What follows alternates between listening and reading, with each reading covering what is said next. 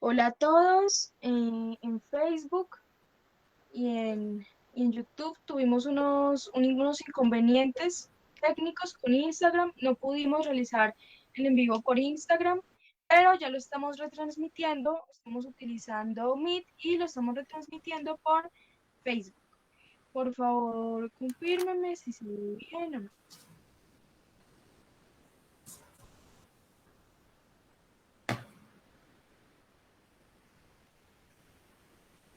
Vamos a esperar unos minutos a que la gente se empiece a conectar. Para iniciar el tema el día de hoy. El tema es muy interesante, tiene que ver mucho con todo el contexto que estamos viviendo ahora como país.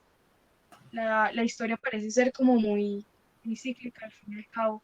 Entonces vamos a esperar a que se conecten para hacer la presentación formalmente, presentar a nuestro invitado.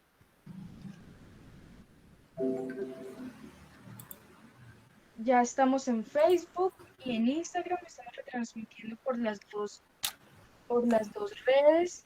Ya pueden irse conectando. Bueno, esperemos a que la gente se vaya conectando.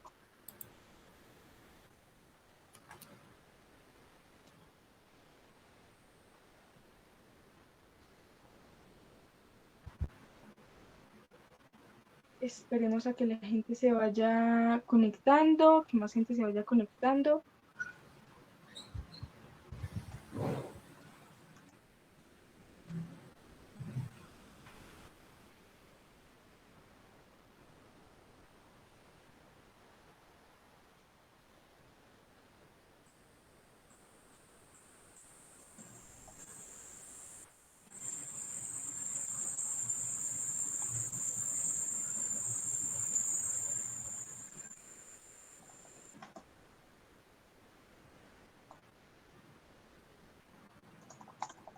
Ya estamos acá mandando unos links para que la gente se pueda conectar. Al parecer hay una gente que no encuentra el perfil de Facebook, entonces esperemos unos minutos para que mucha más gente se pueda conectar. Sí, usted preguntó ahora por María Claudia Jaramillo. Esa es una señora amiga mía. Ella fue la que encontró el, el aviso en que se lo mandó un amigo, que ella está en un grupo de pensionados y que a ella le llegó, pero no me supo decir quién más. Ah, ya, qué interesante, pues es toda Ella la es difusión que tienen estos Claudia, medios. Claudia es una muy buena amiga. Ella es egresada de la Universidad del Valle y Claudia tiene más o menos los años que tengo yo, o un poquito menos. ¿Sí? Sí. Qué bueno, pues ahí se puede notar toda la difusión tan grande que tienen todos estos medios, Mm. porque pues eso es importante. Bueno, Luis Fernando, entonces vamos a iniciar ya. ¿Estamos listos? Hoy, sí, listos. Bueno, ok. Bueno, hoy vamos a hablar sobre por qué se conmemora el 20 de julio, pero la versión de los hechos que vamos a contar aquí es una versión poco académica. Es lo que no nos han contado en el colegio, lo que jamás nos nombraron. En pocas palabras, pues vamos a hablar sobre lo que realmente pasó el 20 de julio de 1810 aquí en Colombia. Nuestro invitado del día de hoy es Luis Fernando Gil Román, es administrador de empresas y especialista en diseño e implementación de sistemas de gestión de calidad de acuerdo con las normas ISO. Es un lector asiduo de literatura e historia. Se ha interesado por entender el contexto histórico de la humanidad y sus protagonistas de mayor relevancia, particularmente de la historia colombiana. Bienvenido, Luis Fernando. Buenas noches, Sofía. Ante todo, les presento excusas por los problemas técnicos que tuve con Instagram. No sé por qué no me pude conectar. Pero bueno, ustedes que son capaces de manejar esas redes sociales que a nosotros nos generan tantos inconvenientes, supieron salir del problema. Muchísimas gracias por la invitación. Sí, menos mal supimos sortear el problema, ya se está retransmitiendo en las redes y ya la gente nos está viendo. Bueno, Luis Fernando, entonces, pues, para no demorarnos más, Sí, comentemos. hagámosle. Vamos Hablemos primero al que todo tema. sobre la Nueva Granada. Sí. Sí, hablemos sobre la Nueva Granada y qué antecedentes promovieron el 20 de julio. Bueno, los antecedentes que promovieron al 20 de julio, uno podría calificarlos o clasificarlos entre externos e internos, ¿sí? el siglo XVIII fue un siglo en el que empezaron a suceder muchas cosas y se gestó, por ejemplo, la independencia de los Estados Unidos en el año de 1776, ¿sí? Luego, en 1789 sucede un hecho que es un hito en la historia universal, que es la Revolución Francesa, ¿sí? Y esa Revolución Francesa repercutió mucho en los pueblos americanos que estaban deseosos de libertad. Antes de la Revolución Francesa se suceden en los comuneros, pero ahora hablamos de eso. Y en 1804 sucede otro hecho muy importante, que es la independencia de Haití.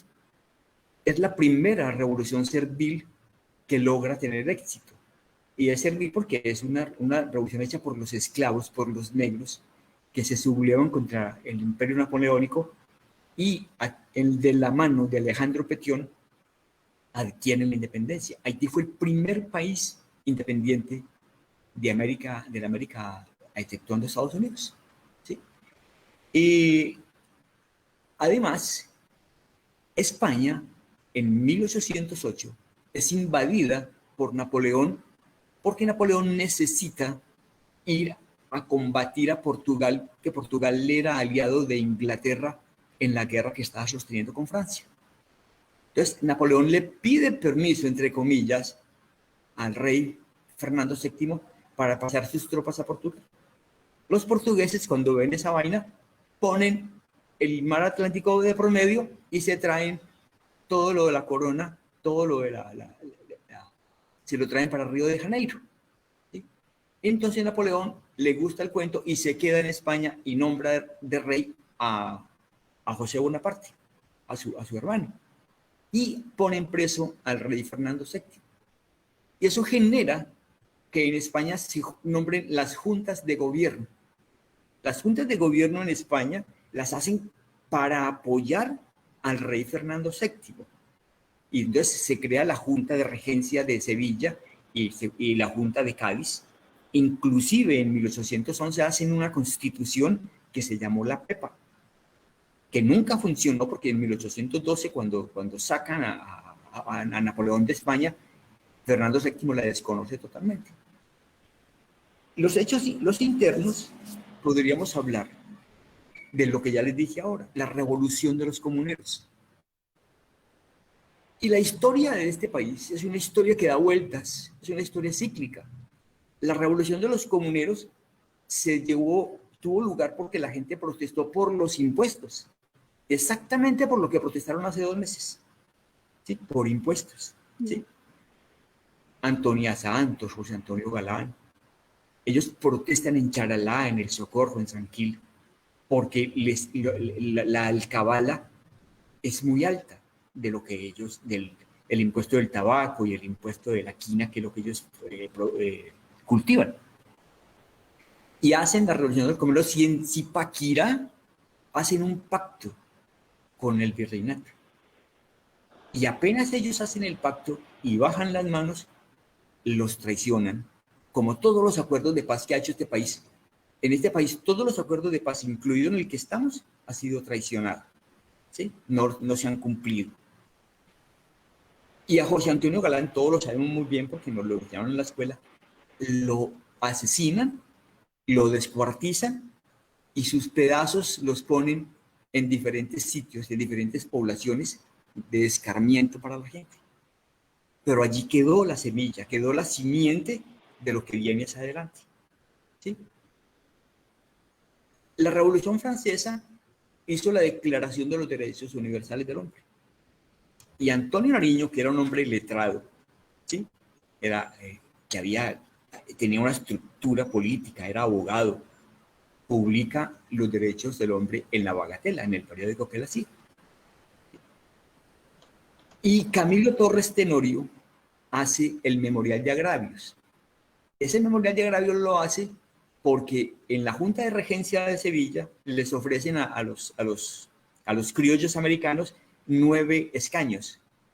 Y ellos dicen que eso es muy poquito, que ellos tienen derecho a más, ¿sí? Además, eran muy pocos los criollos, eran muy pocos, contados los criollos que le tenían cargos en la dirección del Estado, de lo que era el Estado en ese tiempo, en la Real Audiencia. Entonces, todos los cargos eran para los españoles peninsulares, ¿sí? No para los españoles criollos.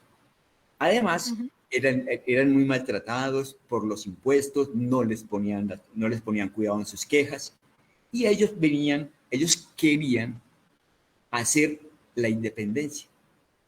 Pero aquí es donde viene el cuento. La independencia era para ellos. En esa independencia no contaba la gente común y corriente. Ellos querían que el poder cambiar, pero de manos, para ellos empezar a tener el poder.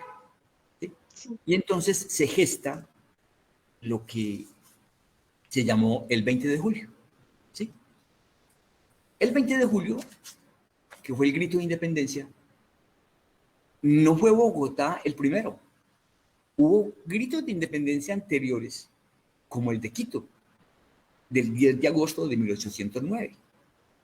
Y esos gritos tienen una característica. Todos esos gritos, con excepción del de Mompox, están hechos para apoyar al rey Fernando VII. Entonces, viva el rey, abajo el mal gobierno. ¿Sí? A ellos no les interesaba tumbar al rey. A ellos no les interesaba acabar con el statu quo que había. Les interesaba era el poder para ellos. ¿Sí? En Caracas se hizo el 19 de abril de 1810. En Cali se hizo el 3 de julio de 1810. Como pueden ver, fueron antes que Bogotá, ¿sí? Cuando en Bogotá, 17 días después, hacen el grito de independencia, ya Cali lo había dado. Y Cali lo había dado contra Popayán. Popayán y Pasto siempre fueron muy proclives a la corona española. Entonces, Cali hace, como José Joaquín Caicedo y Cuero, el señor que está en la plaza de Caicedo, ¿sí? Hacen el grito de independencia. Y esa resistencia de Cali también se pudo ver ahora en el paro de hace 2 meses. Sí, claro, además en este paro de ahora Cali fue quizá el más abanderado, el más combativo. ¿Sí? Y Mompox la hace el 6 de agosto de 1810 y como les dije, es la primera que se declara soberana sin contar con el rey. ¿Sí? Y Cartagena la hace mucho después, el 11 de noviembre de 1811, que es lo que se celebra anualmente. ¿Qué pasó y por qué se conmemora el 20 de julio? ¿Qué pasó el 20 de julio? Resulta que el Consejo de Regencia, viendo que la situación con las revueltas de Quito, la revuelta de Caracas, entonces mandan a Antonio Villavicencio, que era un quiteño, lo mandan desde España a que arregle el problema para que la gente, para que los americanos reconozcan el poder del rey, a pesar de que el rey esté preso. ¿Sí? Entonces el señor para llegar a Bogotá, antes llega a Cartagena, llega a Mompox y le toca lo de Mompox. ¿Sí? Y cuando llega a Bogotá, cuando va a llegar a Bogotá, los criollos aprovechan la oportunidad. Entonces dice, planeemos una manera de hacer una revuelta. ¿Sí? Entonces, sí. Aprovecharon la visita que hizo el señor y tomaron como excusa pedirle el florero prestado al señor Llorente. ¿Sí? La idea era que el señor José González Llorente se enojara, se tenía que enojar. ¿Sí? Entonces el señor Luis de Rubio llega y le dice, mire señor Llorente, necesitamos que nos preste el florero para ponerlo en la mesa en que vamos a agasajar al señor Antonio Villavicencio. El señor de muy buena manera les dice que no, que el florero está un poquito averiado por que las otras veces lo ha prestado. Y luego, entonces tiene que pasar Caldas con Antonio Morales y ellos saludan al señor,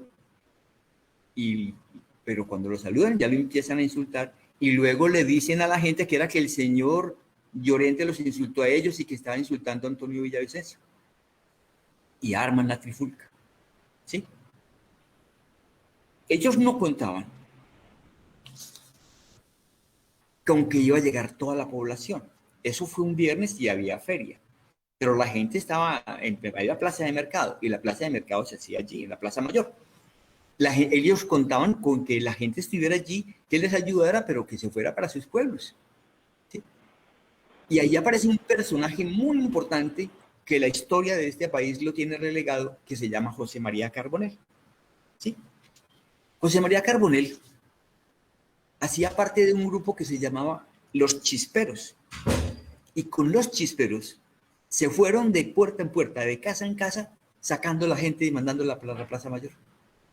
Y la gente llegó y cual manifestación del año 2021 se ponieron a romper vidrios, se pusieron a hacer desmanes, y entonces viendo esa vaina, ellos no sabían qué hacer. Entonces les toca declarar cabildo abierto. Luis Fernando, pero ellos porque querían que el señor se enojara. O sea, el florero, sí, él no se los prestó y listo, pero había algo ahí Porque ya ellos determinado. querían generar el hecho de, de armar la trifulca para poder negociar y formar una junta de gobierno. Pero en esa junta de gobierno, ellos tenían previsto que el presidente de esa junta iba a ser el virrey Amari Borbón. ¿Sí? Es decir, lo que le dije al principio, era cambiar las manos del poder. Es que todo cambie para que todo siga igual.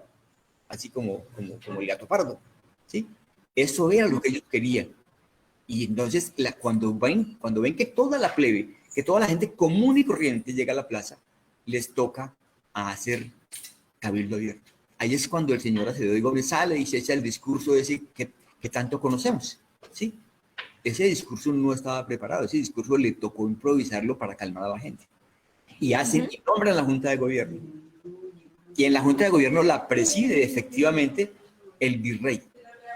Pero como la cosa está tan caldeada y los ánimos están tan subidos, al virrey le toca renunciar y entonces asume la presidencia de la Junta de Gobierno, que se nombra un señor que se llamaba José Miguel Pey. Pero José Miguel Pey era afecto, era amigo del virrey Amari Borbón. Es tan amigo que cuando cogen preso a Amari Borbón, como a los 8 o los 10 días, el va y lo saca de la cárcel al escondido y lo deja ir.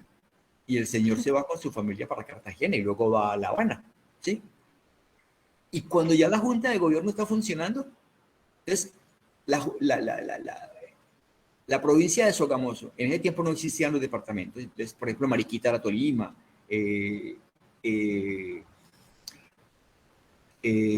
Sogamoso era Boyacá. ¿Sí? Entonces, José Miguel Pey no acepta que haya alianza con los de Sogamoso, que porque los de Sogamoso eran indios. De ese talante eran las personas que estaban en la Junta. Era la aristocracia criolla, la aristocracia santafereña, la que estaba allí, la que quería el poder, y lo tiene. Y a partir de allí es la primera vez que los criollos asumen el poder hasta 1814, 1815, que se sucede la reconquista de Pablo Morillo. ¿Sí? Los más importantes personajes de esa junta eran el señor Miguel Pey, que le dije, Camilo Torres Tenorio, Acevedo y Gómez, Joaquín Camacho, Tadeo Lozano, Francisco José de Caldas y Antonio Morales. Hay una cosa muy importante. José María Carbonell se subleva en contra de la Junta de Gobierno y va ahí con la gente de San Victorino, con la gente común y corriente, nombran otra junta de gobierno que desconoce a la Junta de Gobierno de los notables. ¿Sí? Entonces puede ver que desde allí empieza el conflicto en el que todavía estamos metidos.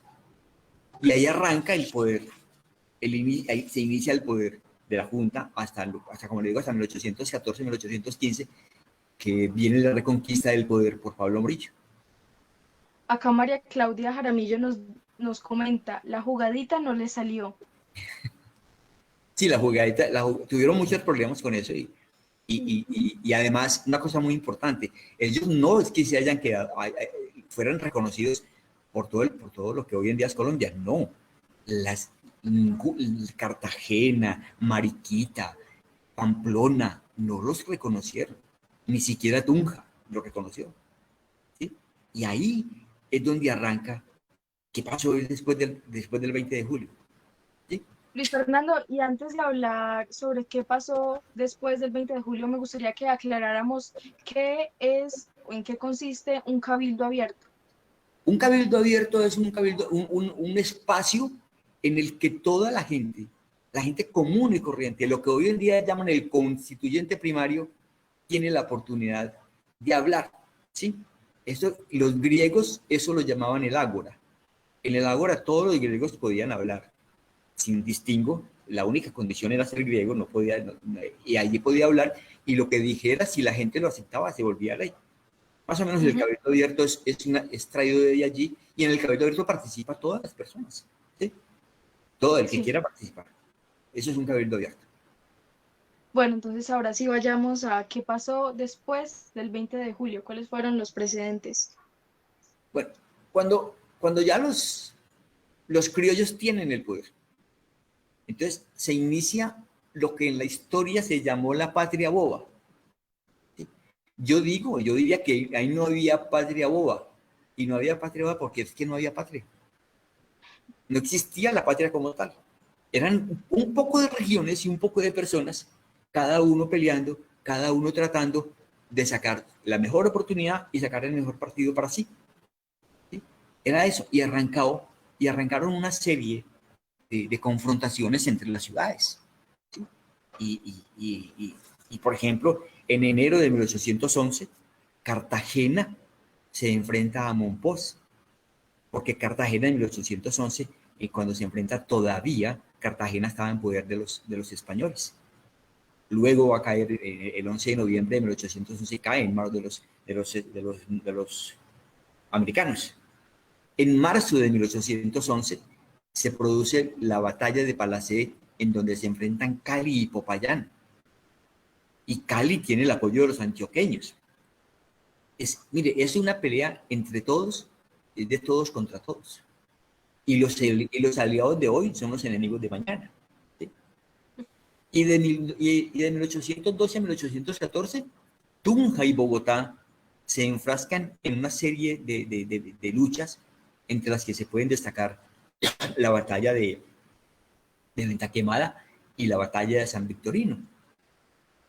Inclusive Simón Bolívar, que ya había llegado a lo que es Colombia, a la Nueva Granada, en 1812 a Cartagena. Él llega a Cartagena en 1812, pero llega como coronel. Entonces, para deshacerse de él, lo mandan a un pueblito que se llama Tenerife, en el Magdalena de hoy, ¿sí? En el río. Y él hace lo que se llama la campaña Almirante. Y en 1814 él le está pidiendo permiso al Congreso de Tunja que lo deje y que le dé tropas y lo deje ir a Venezuela a liberar a Venezuela. Ellos ya Monteverde ha recuperado esa primera república que ellos hicieron. Y le dicen, listo, nosotros le damos el permiso, pero antes usted nos hace el favor y nos va y nos pone Bogotá a nuestro servicio.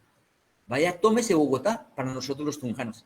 Y dicho y hecho, Bolívar va y lo hace. Eso es la patria boba, en donde no hay absolutamente coherencia. Cada región, cada territorio quiere gobernarse por sí mismo. Como todos sabemos, Colombia es un país muy difícil, muy abrupto geográficamente, y todavía hoy se siente la diferencia entre la gente de los costeños, por ejemplo, de la costa atlántica y los costeños del Pacífico, la gente andina, la gente llanera. Todavía hoy, en 2021, pesa esas diferencias. Luis Fernando, ¿y por qué primó la versión que siempre se da en el colegio del 20 de julio? ¿Por qué nunca nos cuentan todo así de esta manera? Lo que pasa es que en todos los países, todos, y eso es común a todos, todos los estados tienen una cosa que llama los símbolos. Por eso tienen escudos y tienen banderas, ¿sí? Y tienen himnos.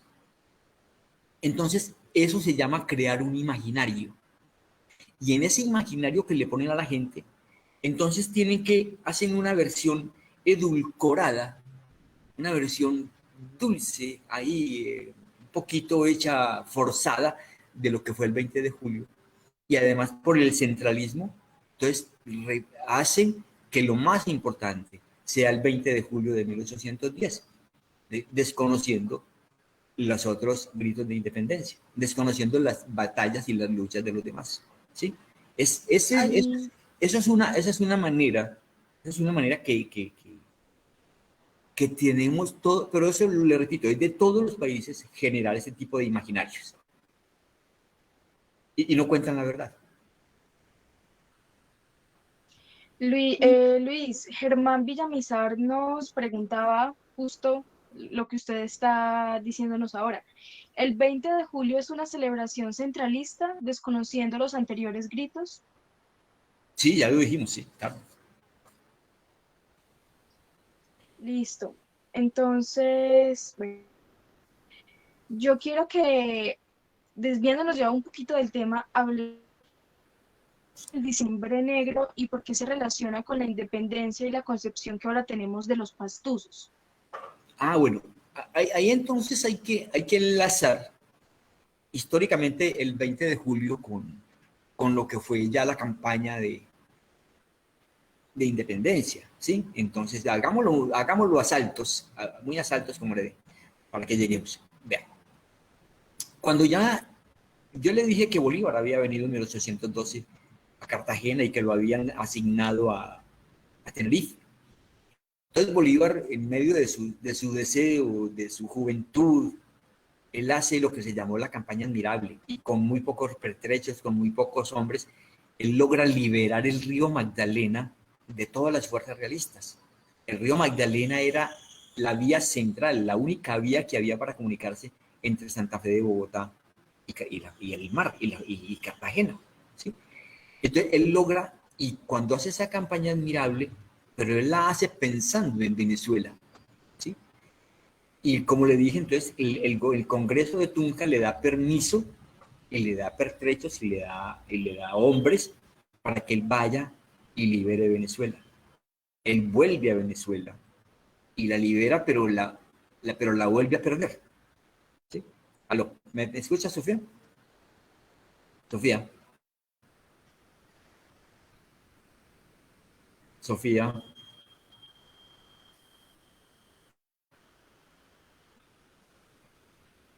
¿Qué pasó?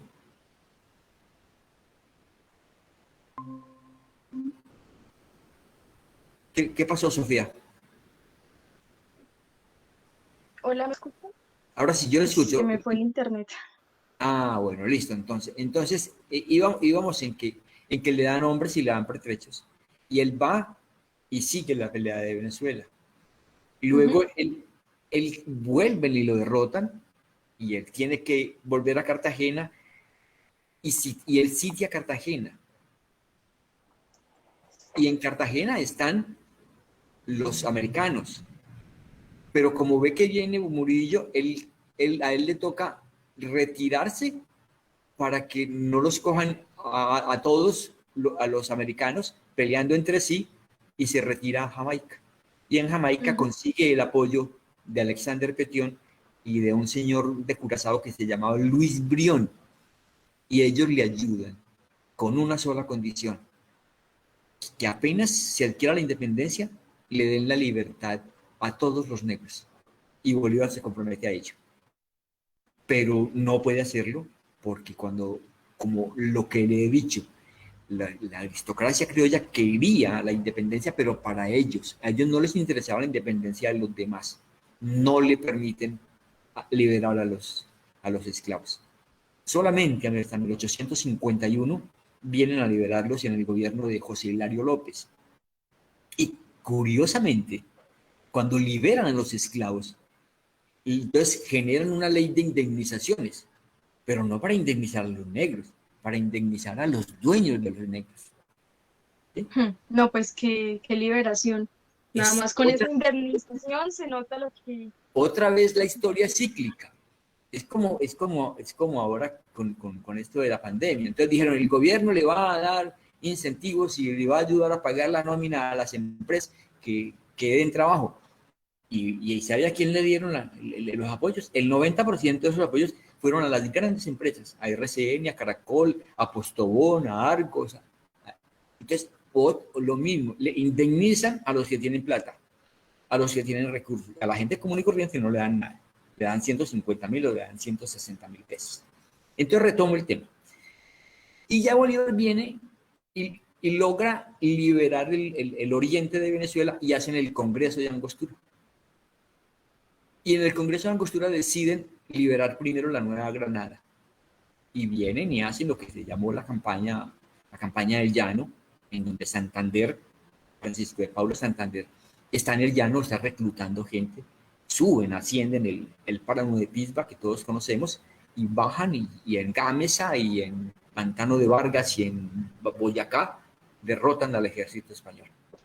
Que entre otras cosas no era ejército español, y los dos bandos en contienda eran en su gran mayoría nativos de América.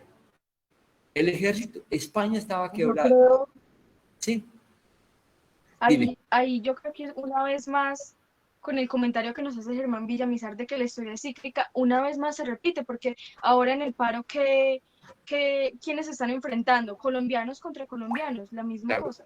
exactamente. Sí. Y entonces liberan a Colombia, a la Nueva Granada, y luego Bolívar va y libera en la batalla de Carabobo, libera a Venezuela, regresa a Bogotá y organiza la campaña del sur. Bolívar sabe, lo tiene claro y así tenía que ser, que tenían que sacar a los españoles de América. No podían dejar a nadie porque eso les iba a servir de cuña para en cualquier momento retomar el poder. Entonces él sabía que se tenían que ir, que tenía que sacarlos y decide hacer la campaña del sur. Por eso a Bolívar le decían culo de hierro, por esa capacidad, por esa fortaleza para andar yo no sé cuántos miles de kilómetros a caballo, ¿sí? Y arranca el viaje hacia Quito y ya va con Antonio José de Sucre. ¿Sí? Bolívar tiene que, para pasar a Quito, tiene dos caminos. O se va por barco a través de Buenaventura o se va por tierra a través de Pasto, a través de lo que hoy en día es Nariño. Pero las tropas españolas le bloquea a Buenaventura y no le queda sino el camino de Pasto. Él sabe las dificultades que va a tener, porque ese es un territorio absolutamente quebrado, es un territorio dificilísimo, todavía hoy es difícil, ¿sí? Y entonces él sabe que eso le va a costar mucho y arranca, le toca irse por allí y él sabe y se va por allí. Y después de mucho bregar, de mucho lidiar, logra tomar Pasto en junio de 1822. Y toma Pasto y está en Pasto y él sigue hacia Quito.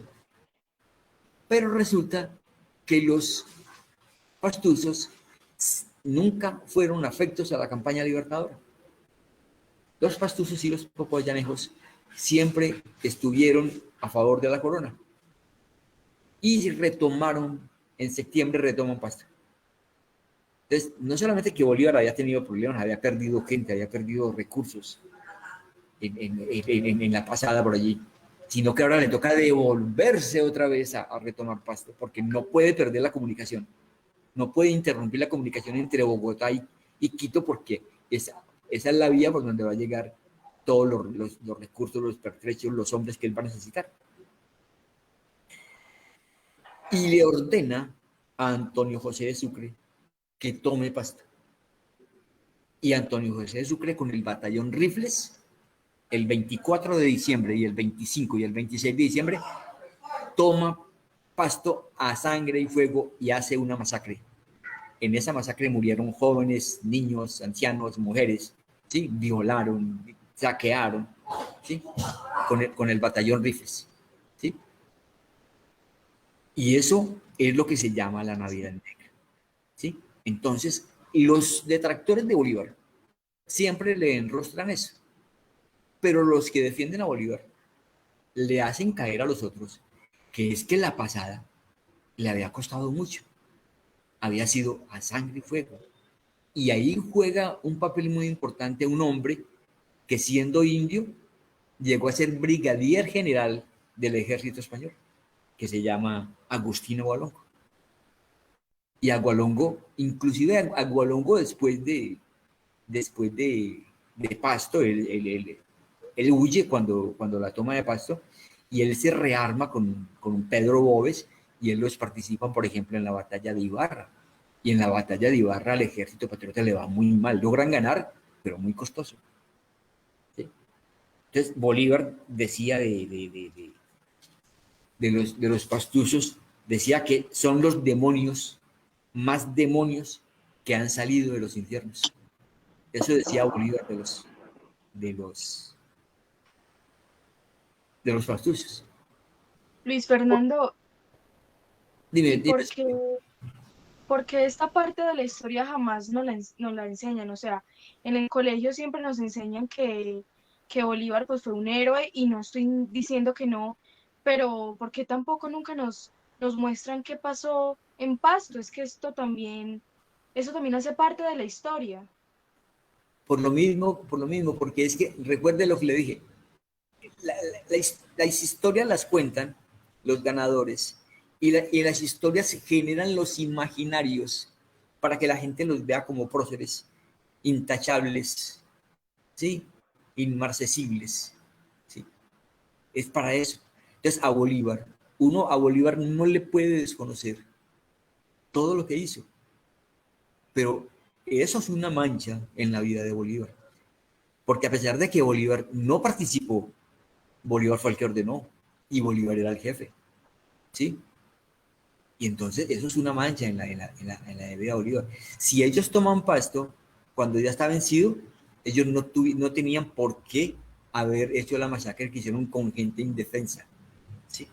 Eso es lo que luego, muchísimos años después, declararían en el derecho internacional humanitario que usted no puede asesinar, no puede matar gente indefensa. Usted tiene que matar gente que está en la confrontación y que está de igual a igual. Pero eso es muchísimo después. El derecho internacional humanitario todavía no existía, ¿sí? En ese Sí. tiempo. Entonces hacen esa masacre y eso se llama la Navidad Negra. Germán Villamizar dice que la historia es subjetiva y por eso se cuenta lo que se cuenta y se omite lo que se omite. Totalmente de acuerdo. La historia es subjetiva y por esa razón hay que tratar de buscar las diferentes fuentes y confrontarlas, ¿sí? Sí, Eso es lo que yo siempre le pido a la gente.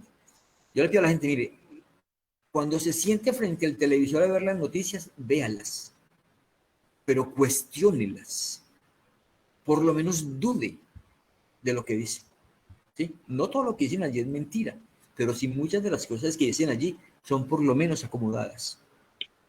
Entonces dude, pregunte, investigue y lea. Lea que cada quien define qué lee, ¿sí? Pero lea. Pero no pasen derecho por los hechos. Entonces les dicen que pasó y no pasa nada. Entonces, por esa razón, es que la historia hay que mirarla desde todos los ángulos, desde los ganadores y desde los perdedores. ¿Sí? Y la historia siempre será subjetiva. Luis Fernando, a mí me llamó mucho la atención la concepción que tenía Bolívar y el comentario que hizo Bolívar sobre los pastusos.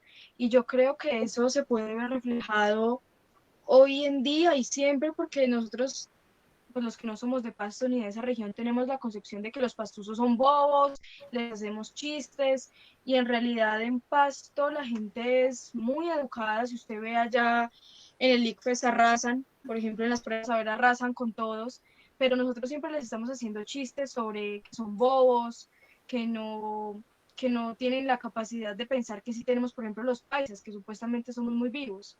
Entonces, ¿a qué se debe eso? exactamente a que como los pastusos no eran afectos a la independencia, y ellos tenían sus razones, y sus razones muy valederas, porque es que ellos sabían que ellos no iban a ganar nada con la independencia, que antes iban a perder, ¿sí? Por ejemplo, cuando, cuando, cuando la Junta de Gobierno asume el poder, lo primero que hizo fue acabar con las encomiendas, ¿sí? Y resulta que y con los resguardos, y le permite a los terratenientes quedarse con las mejores tierras que les pertenecían a los indígenas. De entrada perdieron, ¿sí? Y le Sí, autorizaron, y autorizaron que a los negros se les podía usar en cualquier actividad. De una u otra manera, el rey desde España dictaba leyes. Y entonces aquí la consigna era, las leyes del rey se cumplen pero no se acatan, ¿sí? Entonces, es la ley pero no se cumple, ¿sí? Es igual a lo que está haciendo el gobierno actual ante lo que le dijo la Comisión de Derechos Humanos. Espérate, yo pongo este. bueno, esperemos un momento que Luis Fernando Ya, aparezca. Se le va estaba a conectando, descargar el que se computador. acabó la batería del computador. Listo, perdónenme, por favor. Entonces, es igual con el informe de la comisión. Dice, simplemente no lo acato. Cuando él entra a los convenios internacionales, está obligado a cumplir lo que le diga la comisión. Igual en esos tiempos. Volvemos otra vez a la historia cíclica, ¿sí? Entonces, por esta razón, se generó desde las esferas santafereñas la animadversión contra los pastusos. Entonces los trataban de tontos, de idiotas, ¿sí? Sí, De estúpidos, que porque cómo era posible que no aceptaran la independencia. Y eso se generó esa falsa imagen que todavía hoy funciona. Pero no, los pastusos primero que todo son inteligentes, son capaces, son trabajadores, son gente común y corriente, ¿sí? Y la verdad es que no se merecen todos los epítetos que la gente les dice. sí, por el chat interno tengo dos preguntas que van conectadas. La primera es, ¿por qué casi no se encuentra literatura sobre la historia de la Navidad Negra, ni es popular en la cátedra de los colegios? Y la segunda, pues que tiene mucho que ver, es ¿qué fuentes nos recomienda para aprender más sobre la Navidad Negra? Buena pregunta, mire, hay muy poquito. Hay un libro que no recuerdo el nombre, lo pueden buscar en la página del Banco de la República. El libro está en internet, se puede leer por internet, pero hay muy poquito sobre la Navidad Negra por eso, porque es que a la historia formal no le interesa contar ese tipo de hechos, ¿sí? A la historia formal no le interesa, por ejemplo, decir que el 20 de julio fue una vaina acomodada, orquestada, hecha no para independizar al país, sino para conseguir ellos las prebendas que querían, tener el poder para ellos. ¿Sí? Y en la independencia se hicieron cosas, por ejemplo, cuando en la campaña de 1819 al general París le dan de premio por haber participado en la guerra, le dan los territorios de lo que hoy en día es la laguna de Fúquene. La laguna de Fúquene iba hasta la orilla de Chiquinquirá. Hoy en día es una laguna muy pequeña porque la han ido secando. Y se la dieron a él, y el compromiso era que la secara. Y él empezó a secarla. Y luego la han ido secando, ya queda muy poquito. ¿Sí? Ujú. Entonces, ese tipo de cosas, las historias formales, las historias oficiales, generalmente están acomodadas, están disfrazadas, ocultan las verdades incómodas, como la de la Navidad Negra, como la masacre que hicieron en, en Pasto. Hay un libro que se llama La carroza del libertador, de un señor de apellido Constaín, y él cuenta allí. a través del Festival de los Negros y Blancos, lo del septiembre negro, lo del diciembre negro, perdón, ¿sí? ¿Y por qué la carroza? Porque en los festivales ustedes lo saben muy bien, en los festivales de blancos y negros hacen unas carrozas ostentosas, muy lindas, muy coloridas, y recorren las ciudades, y cada carroza tiene un motivo diferente, burlándose, haciendo alusión, conmemorando, y entonces hacen una carroza de Bolívar, todavía la hacen. Ese podría ser un libro, no es historia, es una novela, pero es una historia novelada que hace Juan Esteban Costaín. Sí, acá tenemos un comentario de Germán Villamizar que dice, ni aún hoy en día sabemos lo que está pasando con esta actualidad. Somos conductivos y los medios de comunicación juegan un rol muy impresionante. Total, además los medios de comunicación se autocensuran hoy día, ¿sí? Entonces a uno le Sí, dicen, no, es que en este país hay libertad de expresión. No, ellos mismos se autocensuran y están al servicio de los grandes, de las grandes empresas y de los gobiernos, ¿sí? Hay periódicos que se salen un poquito de la línea y publican cosas interesantes. Por ejemplo, esta semana, hoy, en el Espectador de hoy salió la segunda parte de un escrito de William Ospina sobre Colombia. No sé si lo leíste, Sofía, hoy. hoy no he mirado el periódico. Y el uno salió como el viernes o el jueves, no recuerdo, y es muy interesante leerlo. Vale la pena leerlo. Allí William cuenta lo que ha sido este país. Se los recomiendo a todos. ¿Sí? Y yo creo que para entender al país y para entender a Colombia es muy importante leer a William Ospina, porque él siempre ha sabido retratarnos. Sí, claro, inclusive no solamente en la historia. William Ospina tiene un libro que se llama Los países de Colombia. Y en los países de Colombia, William hace un recorrido por la poesía colombiana, la diferente poesía colombiana a través del tiempo y a través de las regiones, que también les recomiendo. No es historia, es un ensayo sobre la literatura y la poesía colombiana. Vale la pena leer. Y Sí, William tiene un libro que se llama ¿Dónde está la franja amarilla? Es un libro de hace unos 20 años que todavía tiene vigencia. por Facebook nos pregunta María Claudia Jaramillo, ¿por qué se dice que Popayán era casi tan importante como Santa Fe de Bogotá? Ah, porque Popayán, primero Popayán fue un centro de estudios, un centro donde estaba una aristocracia alta, por ejemplo, Francisco José de Caldas era de Popayán, Camilo Torres era de Popayán. Entonces tenían un centro de estudios que era la Universidad del Cauca, muy importante, y de allí nacieron grandes intelectuales de este país. Y además el Cauca tenía y tiene mucha riqueza. Si ustedes observan, todavía el Cauca es una zona de mucho conflicto y es por esa riqueza que tiene. ¿Sí? Y por esa mistura, por esa mezcla de mestizos y de indios.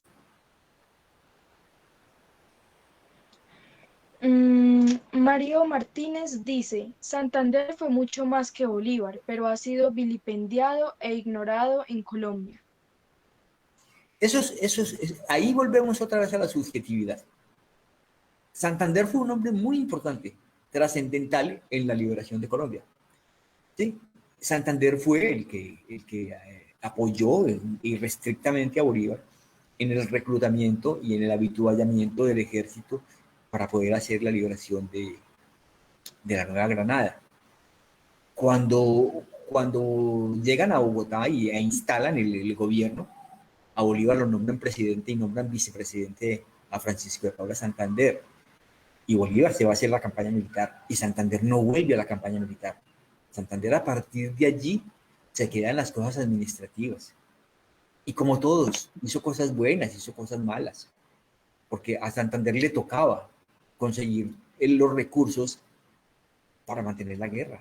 Entonces le pedían hombres, le pedían dinero y él tenía que sacarlo.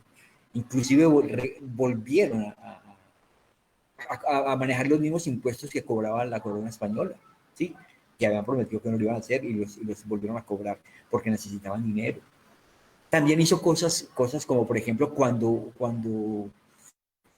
hacen el Congreso Anficciónico en Panamá, Bolívar no quiere que participe en los Estados Unidos, porque Bolívar ya visualizaba el papel de Estados Unidos y Santander los invita. Y Santander hace fracasar el Congreso Anficciónico. Y cuando el Congreso de Ocaña, cuando Bolívar pide que llegue al Congreso porque él quiere que pongan a funcionar la Constitución de Bolivia, Santander es uno de los delegados y Bolívar es el presidente. Y Bolívar pide permiso para ir al Congreso y Santander manipula el asunto y no lo deja ir. Y Santander compra, así como hoy, vuelve otra vez lo cíclico.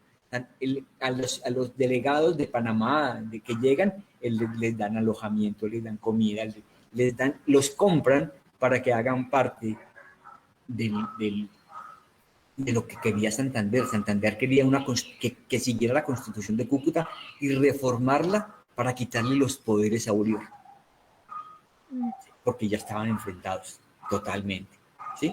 Entonces ¿qué hizo Bolívar?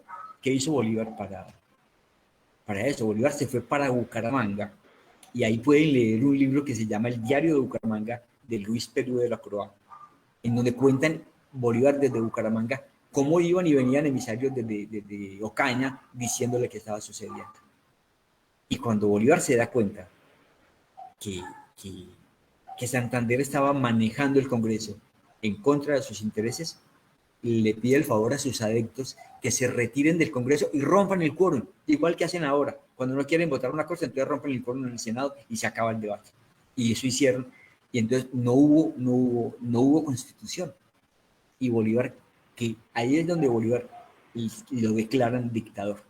¿Sí? Sí. Juan Pablo López Cárdenas nos dice, el tema de la Navidad Negra es muy desconocido. Ojalá se enseñara más en el colegio. El problema, yo estoy de acuerdo, pero el problema es que tengo entendido, pues porque yo hace muchos años que salí del bachillerato, que hoy ni siquiera enseñan historia ni de la una ni de la otra. ¿Sí? No, Tengo entendido señor. que en el colegio no hay cátedra de historia. ¿Sí? No, eso Entonces, lo juntaron en ciencias sociales, entonces a uno ya no le enseñan historia, geografía, todo por separado, sino que todo eso que es tan grande y es tan amplio, lo juntaron en ciencias sociales y pues eso es imposible, uno poder aprender y conocer toda la historia que tiene un país, y no solo un país, sino el mundo, desde una sola materia. o sea que ahora es peor, ahora ni siquiera enseñan la oficial. Entonces, No, ahora no enseñan es más, ninguna. es más grave todavía. ¿Sí? Luisa María Herrera nos dice, como la versión Marta Lucía Mil sobre lo sucedido en medio de las protestas en Colombia ante la CIDH, versión acomodada. Y Germán Villamizar nos dice, revela una de verdad, siempre va a incomodar. Sí, claro, cuando uno se pone a leer, cuando uno se pone a leer y encuentra que la realidad que a uno le contaron en la escuela, que uno leyó normalmente, no es esa y que es otra. Porque a nosotros nos dijeron que el 20 de julio había sido un día, mejor dicho, ese día fue el grito de independencia, ese día nos volvimos libres, ese día cambió la historia de este país, ese día fue un día maravilloso. No, no lo fue, ni cambió la historia de este país. Y no ha cambiado todavía. Y no ha cambiado porque es que para entender al país de hoy hay que entender el siglo XIX. Y ese es el inicio del siglo XIX. Y lo que sigue después de que muere Bolívar en 1830 es peor todavía. Colombia tuvo muchas constituciones. Colombia tuvo 8 guerras civiles en el siglo XIX. ¿Sí?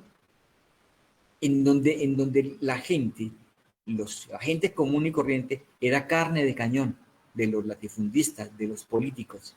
¿Sí? Y cerramos el siglo XIX con broche de oro. Lo cerramos con la guerra de los 1010. ¿Sí? Una guerra que duró 1100 y pico de días. Que Sí. fue una de las consecuencias, una de las razones, perdón, para perder Panamá en 1903. Así han manejado el país.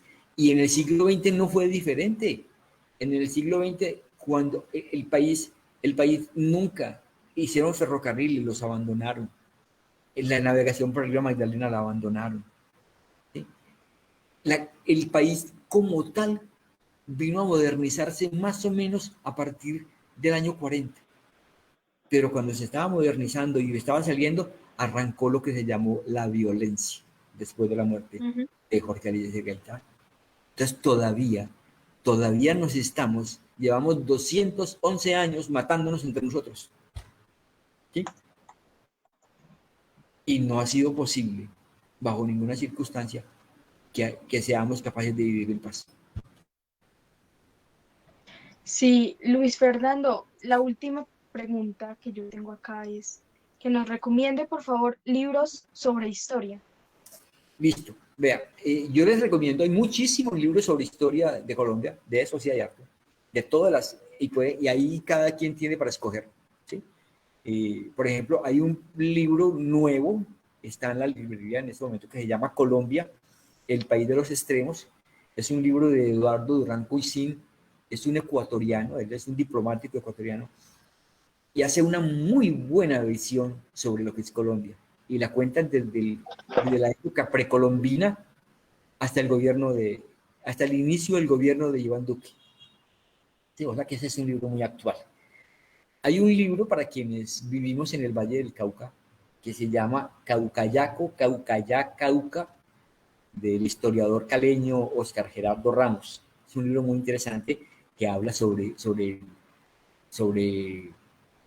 todo el Valle del Cauca, teniendo en cuenta Popayán, porque Popayán y Cali están muy unidos por la historia. Recuerden que lo que hoy en día es el Valle del Cauca hacía parte del estado del Cauca, ¿sí? hasta 1910 que vinieron a separarlos, hasta 1908 que los separaron en 2 departamentos y que fue muy efímero, y en 1910 ya fundaron o declararon lo que hoy en día es el Valle del Cauca.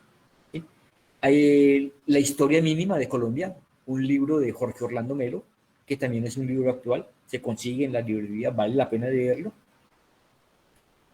Hay un libro que se llama 1819, es un libro de Daniel Gutiérrez Ardila, es un libro que habla sobre la batalla de Boyacá. Ese libro se consigue por internet en la página de la ACEUC o en la librería de la U. Esas páginas son unas donde están todas las editoriales de las universidades colombianas. Ahí ustedes encuentran todo lo que publican las universidades. El Externado, la Nacional, la USACA, la del Valle, todas. Inclusive allí hay cosas gratis. Sí, espérate un momentico que Sí. tengo un problemita acá. Listo, no hay problema. ¿Ah? No hay problema. Que el gato le está pegando a la gata. Listo. Listo. Luis Fernando, tengo una pregunta por el chat interno.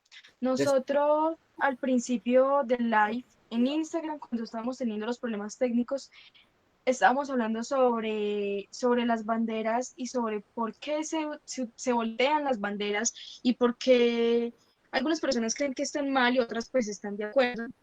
Y entonces, al inicio del live, dice, al inicio del live hablábamos de la posibilidad de sacar la bandera al revés el día de mañana. ¿Qué opina?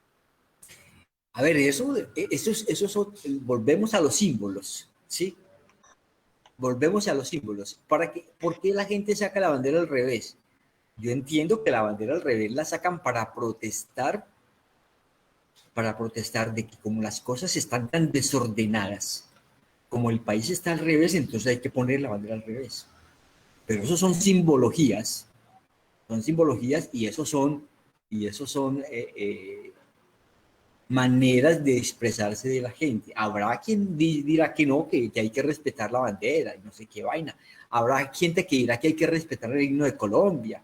Y todavía habrá gente que crea que el himno nacional de Colombia es el segundo himno más hermoso después de la Marsellesa. Una carreta, una mentira que nos echaron y mucha gente cree que eso es verdad.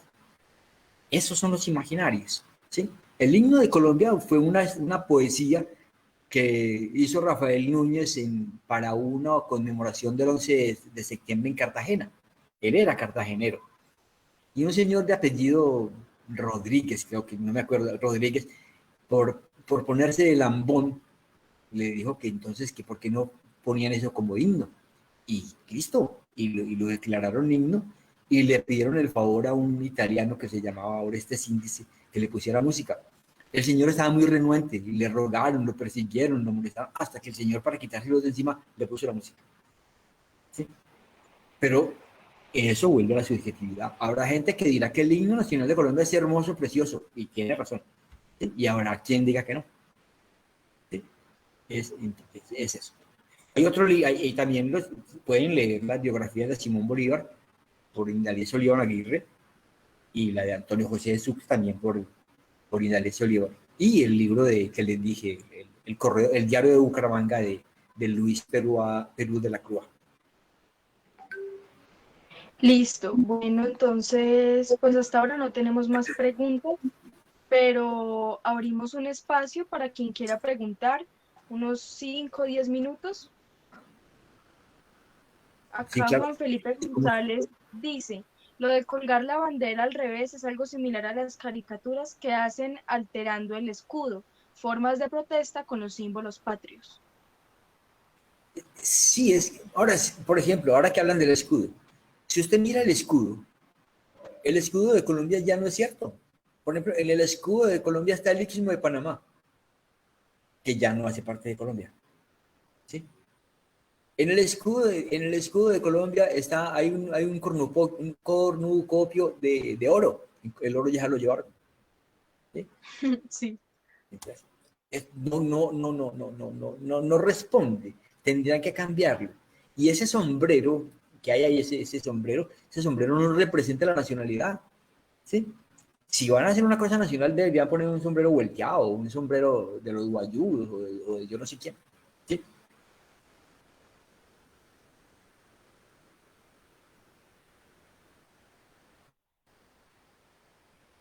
Sí, a ver, voy a mirar si tenemos más preguntas. Luisa María Herrera nos dice, muchas gracias por el espacio, aprendí muchísimo. Bueno, bueno, yo espero haber sido capaz de satisfacer las expectativas de ustedes. Hablar de esto a mí me gusta, pero como decía Germán, esto es muy subjetivo. Cada quien tendrá una visión diferente de los hechos. Habrá quien esté de acuerdo y quien no esté de acuerdo, y todos tendrán la razón. Sí, también agradecemos a JCH Canal Digital por brindarnos sus estudios, así llegar a ustedes a través de Facebook y YouTube. Ellos son quienes nos prestan el estudio para que podamos hacer la transmisión. Ah, perfecto. Muchas gracias, Sofía. Tenemos una pregunta más.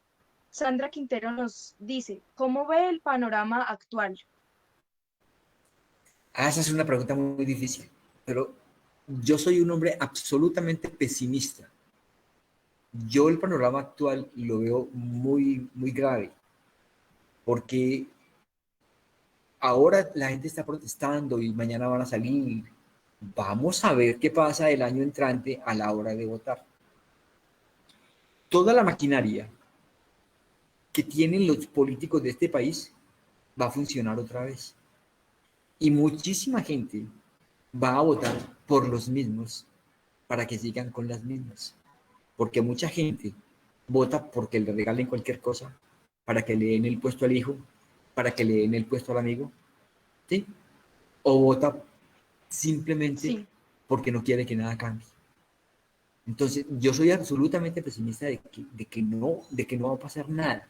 Además, el movimiento cívico que está teniendo lugar no tiene un líder que aglutine, no tiene una persona que aglutine. Entonces, en los puntos de resistencia, en los famosos puntos de Puerto Resistencia y el portal de las Américas en Bogotá, etcétera, no hay una coherencia.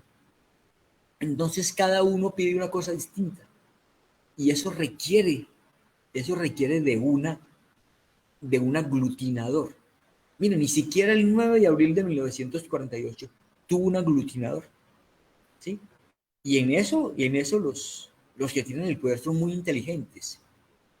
Ellos son capaces y lo hacen muy bien, en dividir a la gente, ¿sí? En hacer lo que sea necesario para que la gente se divida. Por ejemplo, lo que dice Marta Lucía Ramírez, de que es que la culpa de los muertos son los vándalos y que la culpa de que los hospitales estén llenos por la gente de COVID fue la gente que protestó.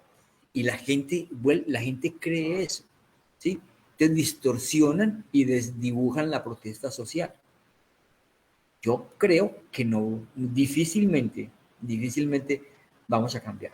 Además, porque el modelo económico colombiano está diseñado para que vaya a la saga de lo que dicte el gran imperio norteamericano, que es, gústenos o no, el que manda aquí, el que define cómo se hace.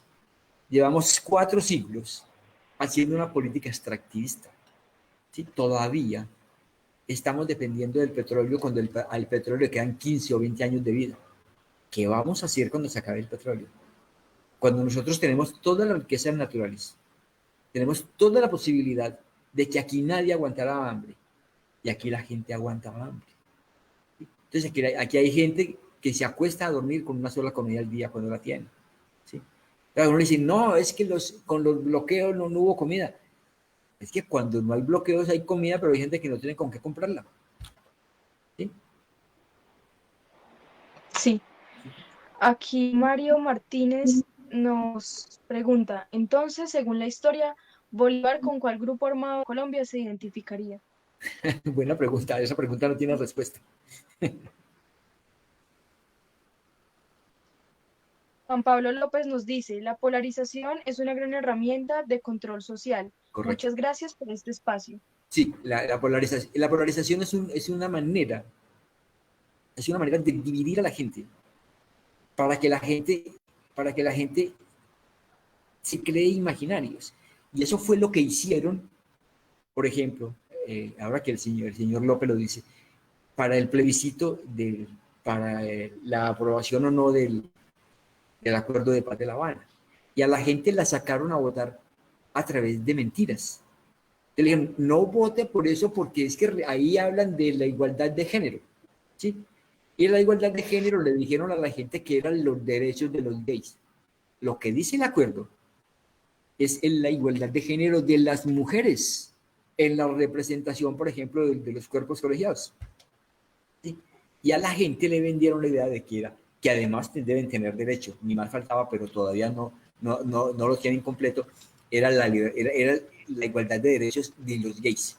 Y la gente y otras cosas más salieron a decir, como el cuento de que esto se iba a volver Venezuela.